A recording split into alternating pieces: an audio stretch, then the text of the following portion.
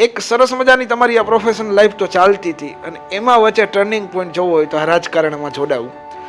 પાર્ટીના મેમ્બરથી લઈ રાજકોટના મંત્રી, પ્રેસિડેન્ટ, વાઇસ પ્રેસિડેન્ટ અને અત્યારે ગુજરાત રાજ્યના આપ મંત્રી છો. તો આ પ્રોફેશનલ લાઈફમાંથી રાજકારણમાં જોડાવાની પ્રેરણા ક્યાંથી મળી? હવે સાહેબ હું તો સેટ હતો જ પ્રેક્ટિસમાં, પણ ત્યાં પણ મેં એવું જોયું કે ઝાઝા વર્ગનો વર્ગ પીડાય છે.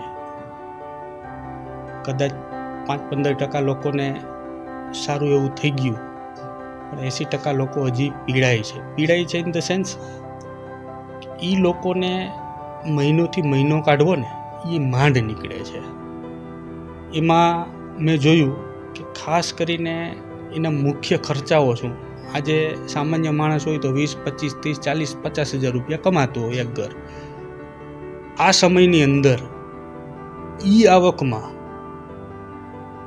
એને એક સારી કમ્ફર્ટેબલ લાઈફ મળવી બહુ મુશ્કેલ છે.